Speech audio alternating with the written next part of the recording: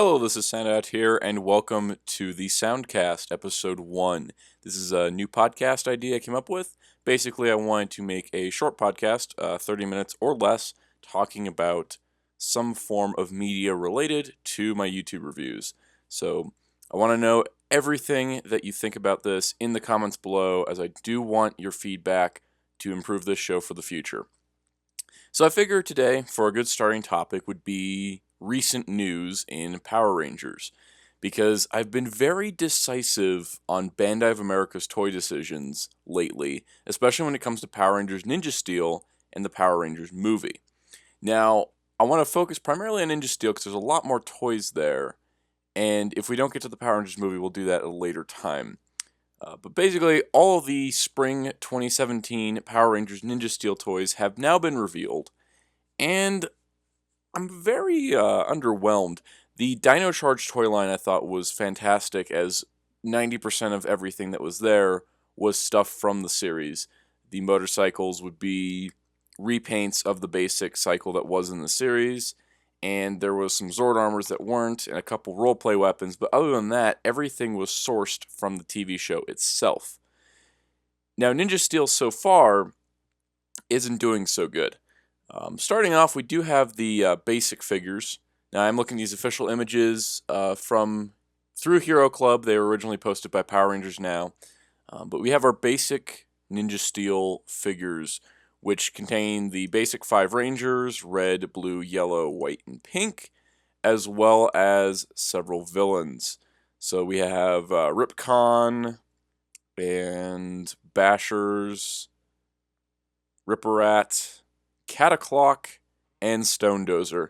I pretty much have no complaints here. I think the monster designs are cool. I love the fact that we're getting Monster of the Week figures again after so long, because that used to be such a consistent part of a Power Rangers toy line, and then they just cut it down to Foot Soldier and one of the main villains.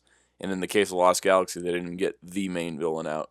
So, really glad to see these. The monster line for Dino Charge, I'm sure, was a huge success, because they made a ton of monsters, and I got every one of them. They are fantastic. So, honestly, no complaints with the actual figures themselves. Those are fantastic. So let's go another step up. Let's go to vehicles. So we have the Mega Morph cycles. And the Mega Morph cycles are kind of odd. They turn into Ninja Stars, which just sounds like a giant safety hazard. I know some kid is going to throw these at each other. They also combine with the Megazord in very odd ways. I don't really like these at all. I think they could have done a little bit better. They just look really, really strange. I'm not digging that. But yeah, those basic cycles, we usually get motorcycles every year, regardless if the show has them or not. Looks like they're bringing back the 12-inch Rangers, red, blue, and yellow in the first wave. I love the fact that we got a pink and a purple for Dino Charge. Hope that white and pink get 12-inch figures in this line. Hero sets, the usual deal. Looks like Ninja Star, sword, mask. Kind of cool sash that looks like the Ranger suits. Nothing really much there. Basic, let's see, the Deluxe Roleplay, we got the Deluxe Ninja Battle Morpher, which was the Kakure Daihenge in Shuriken Sentai Ninja, which was just a sidearm weapon, but they decided to turn it into the Morpher, which I think is really cool overall. But once again, no real complaints. It looks really good. Kind of sad the bow mode is no longer there. That would have been nice to keep. But this is definitely something I will be picking up. Not much going on here. The Ninja Blaster is a massive variation on its Japanese counterpart, where the Japanese counterpart just had a tongue that shot out. This one shoots the Ninja Stars, and the Ninja Stars are supposed to be foam, but they still are plastic in the middle. So I'm a little concerned with how dangerous some of these weapons really look for kids to be playing with, especially since I know how American children are not the brightest in general. I see a lot of kids do a lot of dumb things. So, really concerned when there's a Sword Star Shooter, another toy, has no basis in the show, where it just throws the ninja stars. I'm really hoping these things are soft. And also they have sound effects of some sort, so I'm not really sure what's going on there. Yeah, looks like that's pretty much it for the basic roleplay stuff. We got Morpher, we got bikes. And let's get into the weird stuff. So first of all, the Deluxe Ninja Star Blade, which was the Morpher in Japan. For those that don't know. Looks like the Morpher in America will be coming with the red uh, Ninja Steel Rangers Shuriken, and the Ninja Star Blade will be coming with blues. It's got an extendable blade, which is nice, so it'll be that full size. What's weird is it actually launches a Shuriken, or a Ninja Star, off to the side. It seems very weird. Kind of want to see that in practice. That might be really helpful. We're also getting 3 packs of Ninja Stars. These things look really small. They definitely scaled them down from the ones from the Ninja, and I don't think they have any electronics inside of them. But it looks like they're coming in 3 packs for $7.99. That's a step up from Dino Chargers, where you only got 2 and a little dinosaur figure. And it is a mixture of in-show stuff, Legendary Rangers, the Megazord head is on one of them. Looks like to get the Yellow Rangers Ninja Star, you have to get not the Geki Red, the Jungle Fury Red Ranger and Super Mega Force Stars. Kind of cool. I like that they've brought back the legendary aspect. And now we get to the weird part. The training gear. I don't believe this training gear has any basis of the TV series, though I could be wrong. They're very modeled after lightning bolts. I am very concerned by what they are, because we have a sickle and dagger set, dragon claw and nightstick set, and morning star and drill spike set. Okay, these are typical ninja weapons, but ninjas are assassins, so this makes sense. But there is literally one that is a sickle with it's a two-handled sickle, one blade on one end, no blade on the other, but there's a rope in the middle. These things better be made out of solid foam, because these are scary. Like, these are really realistic to actual weapons, and the drill spike, it's like the Tricera drill, but a lot more intimidating, is a lot more realistic. The only difference is that the blades are in shapes of lightning bolts, but other than that, they are highly realistic, and I'm really questioning what led them to make these sets. Very, very odd. What's even stranger is we're actually getting deluxe figures. Now, we haven't had deluxe figures in a while, and they used to be a different scale, but this is actually more in line with Bandai's 2011 Thundercats deluxe figures, where it's the basic figures with extra armor pieces or action features. So we have the red and blue Rangers, no surprise. We have the white Ranger, which is really strange. Usually the female Rangers don't get any toys outside their basic figures, so that's really awesome to see. I'm glad that Bandai is expanding their horizons a bit. But yeah, they have these little ninja stars that turn into armor form, which is pretty cool. Some pictures have been showing the Ninja Steel Red Ranger as having spring-loaded gimmick, so you can like twist it at the waist to punch things. Kind of interesting. The nice part is that they are making some of the Zords as articulated figures, much like Dino Charge had the Zord figures. We have these Zord figures that will be working with the Deluxe Megazords. So we got the Robo Red Zord based on Shinobi Maru, the Dragon Zord based on Drago Maru, and the Rumble Tusk Megazord, which is based on Pound Maru. So these are like the humanoid forms of some of the mecha from the Ninja, and they only released Shinobi Maru and Rodeo Maru in Japan as articulated figures that could work with the main mecha. But it looks like we're going to get all of them in this deluxe figure line, which is pretty cool. I think that it was a good idea on their part. Now, going back, we're going to talk about the point of contention that I have, and that would be the Zord line. Now, I have been really supportive of Bandai's Zord lines over the last few years, because they have done, honestly, a very good job. Starting out in Overdrive, they stumbled when they had to make their own molds for the first time, as production costs were getting a little high. They also wanted larger Zords than what Bokenger could provide them, and I think there was some kind of breakdown, because they do not release the Japanese molds anymore since Jungle Fury. But basically, Bandai of America made their own molds for Overdrive. They weren't great. They didn't turn out too well. Then for Jungle Fury, they did the Transforming Zords, which were really good. I really liked those a whole lot, and I thought that they were solid, accurate representations of the Zords. And it really cemented to me that Bandai of America could do this on their own. They followed it up with Well, the thing was that the only problem with the Jungle Fury transforming lands was no Jungle Master Megazord.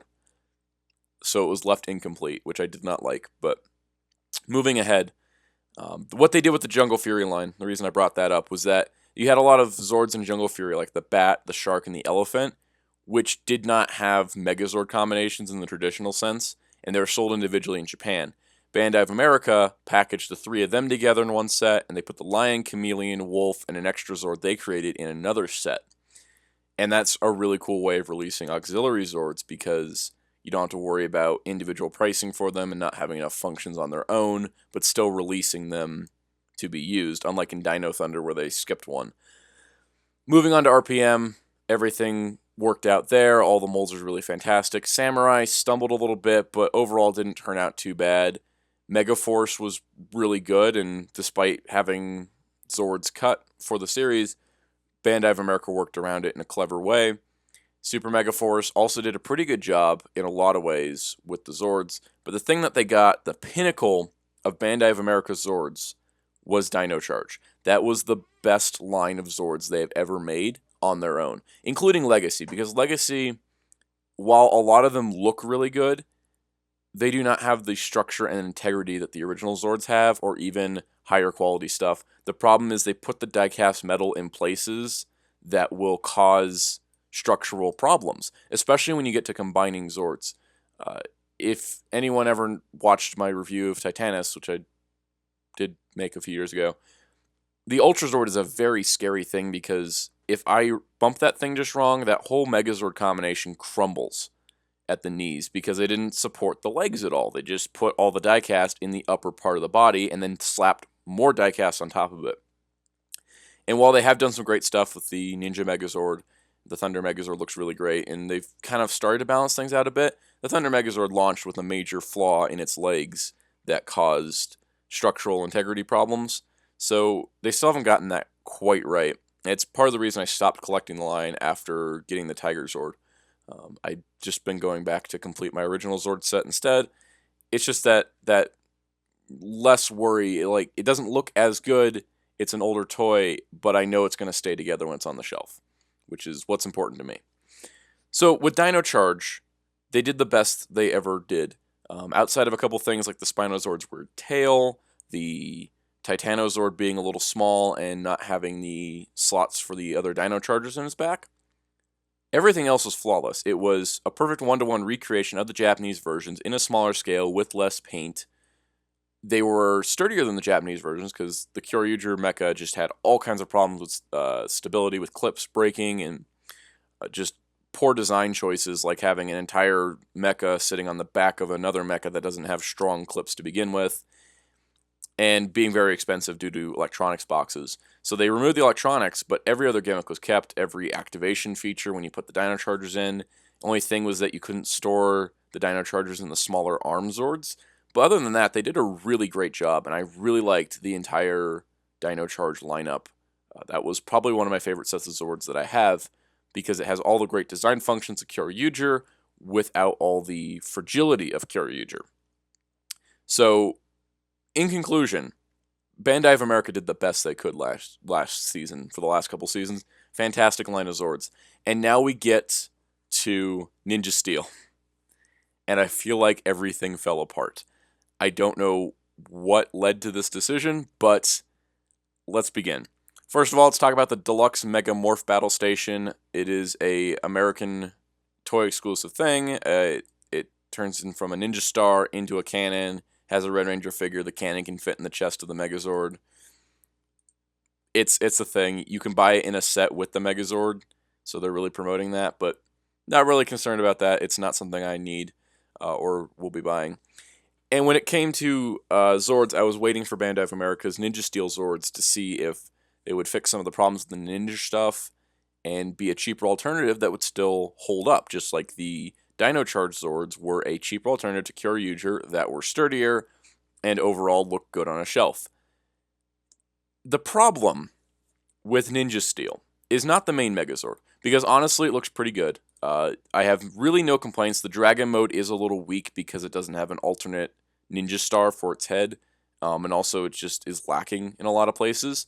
But overall, they did a really great job bringing Shurikenjin to America in a new mold, and it looks good. I think it's gonna overall be a good Megazord toy, and for 35 bucks, that's pretty good. It's better than spending the 60 plus on the Japanese version.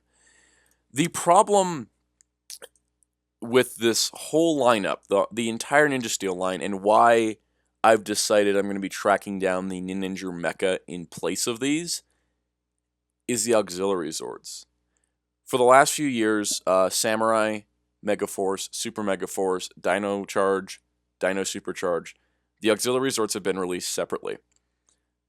They've been included with figures, they have Ranger Keys come with them, they come with Dino Chargers, whatever little thing, they'd have an action gimmick. And I feel like the Dino Charge Auxiliary Zord line got overproduced and did not have enough playability. The Super Mega Force ones had figures to ride on the Zords, which I think really helped. But the Dino Charge ones did not. And while they were really good, I don't think they sold so well. And so I think Bandai was looking for an alternative to releasing Auxiliary Zords to where that lineup didn't get built up so much. It got built up so badly in Dino Charge, the Pack-a-Zord never got released in most stores. So I think this is Bandai's response to that line not selling as well. From what I can tell, it didn't sell as well. So instead, they've decided, let's not release the auxiliaries separately, or even in a set together. You could put Pound Maru, Surfer Maru, UFO Maru in one set. But instead, we have the Rumble Tusk Megazord, which is a full $35 Megazord with the intention of releasing the Elephant Zord. This would not be an issue if this was a thing from the show, but it's not. What this is the Pound Maru, as it was known in Japan, which is just the thing that rides in the chest and the ninja star on the head and the new weapons. That elephant was released separately. That is what adds to the Ninja Steel Megazord to make it the Rumble Tusk Megazord. But it is being sold for $35 alongside repaints of the dragon, the dump truck, the train, and the dog. They're all painted the same color, so it all matches the elephant. But that's still a full other Megazord to get one auxiliary Zord. So one auxiliary Zord that would usually cost $15 to $18, depending on what line it was in, is now $35. And if you have 4 of those, including Dino Maru, which was a movie exclusive we're probably going to get, 4 $35 Megazords on top of the other 4 $35 Megazords for Shurikenjin, Bison King, Lion Hao, and Getsu Dio. That's 8 $35 Megazords across 2 years, which means that's 4 a year. And if we do our math right, let's do the math here. $35 times 4 Zords, it's $140 a year. So for 2 years, this is a $280 mecha line, not including taxes, shipping, and availability, because I don't think the big green and orange thing is going to sell as well as the multicolored thing, and it may stick around forever. Especially when they go to a weird off-gray blue color for the UFO. I'm very concerned that in Bandai's attempt to try to fix the Zords so that they don't get clogged up in that smaller price point, that they might have ruined the higher price point. And I'm not even sure what's going to happen with Lion Hao, because Lion Hao is a huge mecha. It is the size of a Pyramidas. It has to be able to have the regular Megazord sit inside of it. It has to be big. I don't think it can be released in a $35 price point, but we'll see what happens when that comes. For now, I have basically figured out that if I go to the right websites and hunt them down enough, it may be cheaper to get the Japanese line. Or it may not be. The problem is that when you charge $35 for an auxiliary Zord, which is basically what's happening, it sort of makes it really hard to collect the line. Because you're like, oh, well, I guess I should skip the Ninja Steel Megazord since this is probably the only time the Rumble Tusk will be released. Or I should get the Rumble Tusk and the Ninja Steel at the same time, but that's like $70 to drop right away. It's a lot of money. It's very, very odd. I just don't really know how I feel about this, to be honest. It kind of feels like Bandai is trying to make more money off of the fan base. The Legacy line is already price gouged enough. It's sad to see the basic line price gouged like this. And again, I'm not sure what kid is going to want a Rumble Tusk Megazord over the Zord that has the Red Ranger in it, the main five. I imagine most children, like myself when I was a kid, I would want the main Megazord at the very least. If I didn't get any other Megazords from that season, I would want the main Megazord because that was the one that represented all the characters. So unless it's a 4 per case, 3 of them are Ninja Steels and 1 is Rumble Tusk, it may not sell. The Rumble Tusk may not sell. And even if it is 1 per case, that has not worked in the past because you throw in those limited edition colors. Last year, the non-show repaints that were made for the kids market, I don't see those selling. The limited edition Dino Charge Megazord I saw, I think it was shipped 1 per case, and there's like 6 of them at my Target right now. And they can't order any Titano Charge Megazords because they got stocked up with these alternate colors. So I'm afraid the same thing's going to happen this year. But who's to say? We have to wait and see. Unfortunately, I think that Bandai of America has really messed up the Zord line this year by making this decision. And it's pushing me away. It's pushing me away from the company a little bit. That being said, the Legacy 6-inch line will keep me there for sure because that looks fantastic. And the 5-inch figures look great. And I'll probably be collecting those as well. And of course, I'll be getting the Morpher as I've gotten every Morpher over the last several years.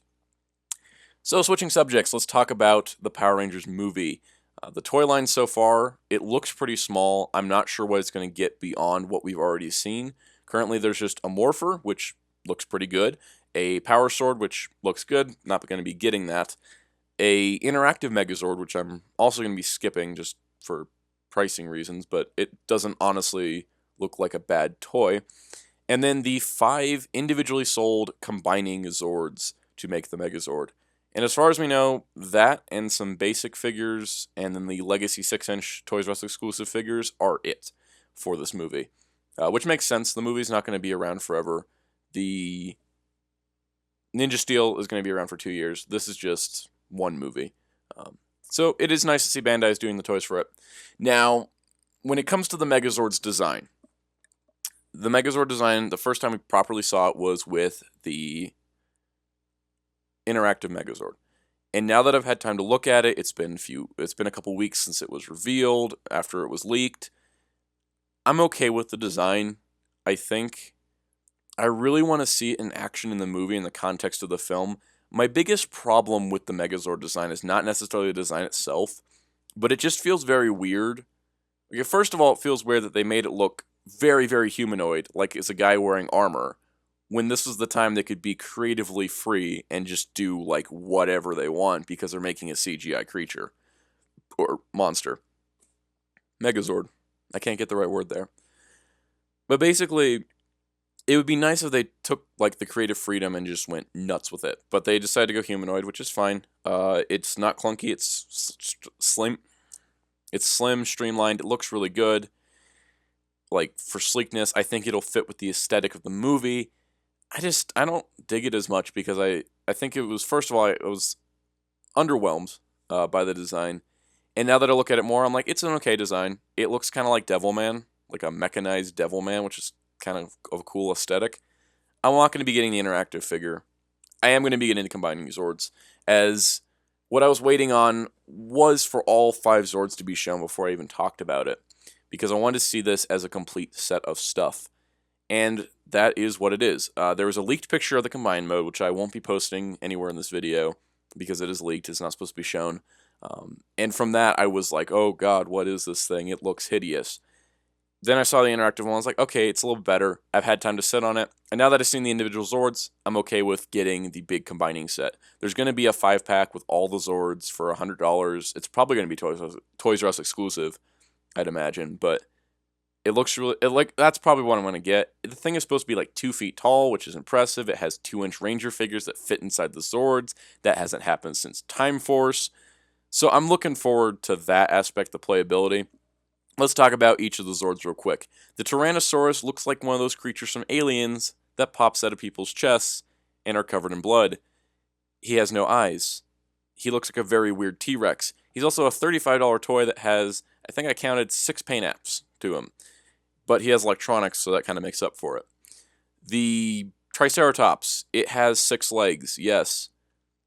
Other than that, it looks like a Triceratops. And hey, the original had tank treads. Not really too big of a deal. The Mastodon looks weird. I thought it looked weird in the poster. It looks really weird seeing it in full. It has 8 legs, which is just bizarre. It has the tusks that are cannons, which is pretty cool, and the trunk is like way too low. It looks like an insect creature, not a mastodon. The head should be a lot higher so that the trunk can kind of swoop in. That would have been really cool, but it is what it is. The saber-tooth tiger is by far my favorite of these. I think it looks like a really cool mechanized feline type of look. It also carries the Megazord's arm cannon on its back, which is pretty cool.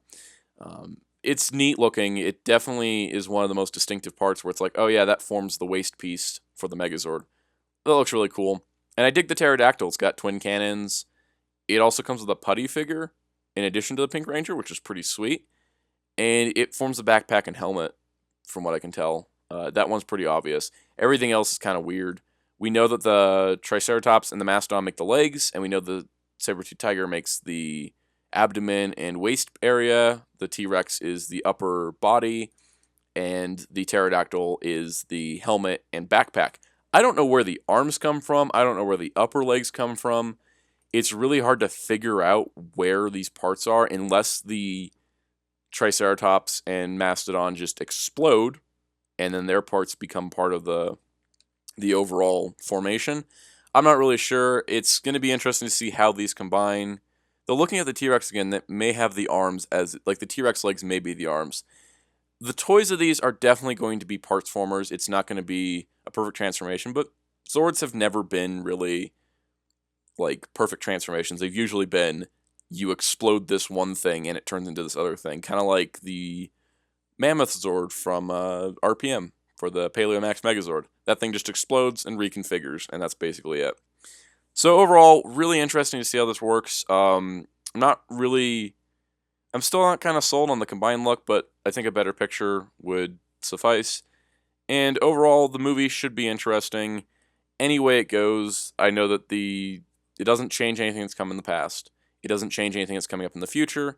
The movie is its own thing. It's targeting a different market. It's not necessarily for the fans, but there's a lot that the fans could like from it. Looking forward to seeing it at the very least. It should be interesting, and I'll probably do a podcast on that in March when the movie comes out. But anyways, that is all for this episode of the Soundcast. Hope you all enjoyed this. Let me know your thoughts on the Power Rangers Ninja Steel toys and movie toys below. Let me know what you think. Also, let me know what you think of this podcast format and if you want to hear more from me. Till next time, this is Soundout saying goodbye.